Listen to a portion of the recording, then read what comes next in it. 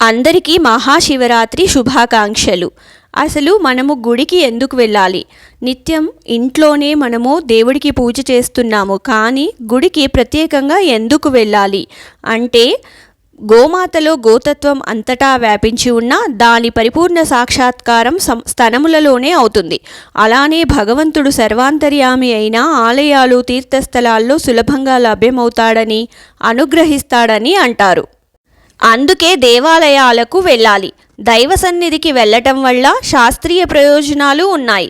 సాధారణంగా ఆలయాలను భూమి లోపల పాజిటివ్ ఎనర్జీ ప్రసరించే చోట నిర్మిస్తారు. ఆకర్షణ తరంగాలు కేంద్రీకృతమైన చోట వేదమంత్రాలు రాసిన రాగిపత్రాన్ని నిక్షిప్తం చేసి దానిపైన మూల విరాట్టును ప్రతిష్ఠిస్తారు.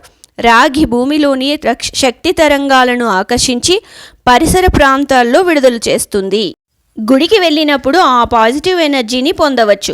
భగవంతుడిని దర్శించుకుంటున్న సమయంలో గర్భగుడిలో దీపం వెలుగుతూ ఉంటుంది.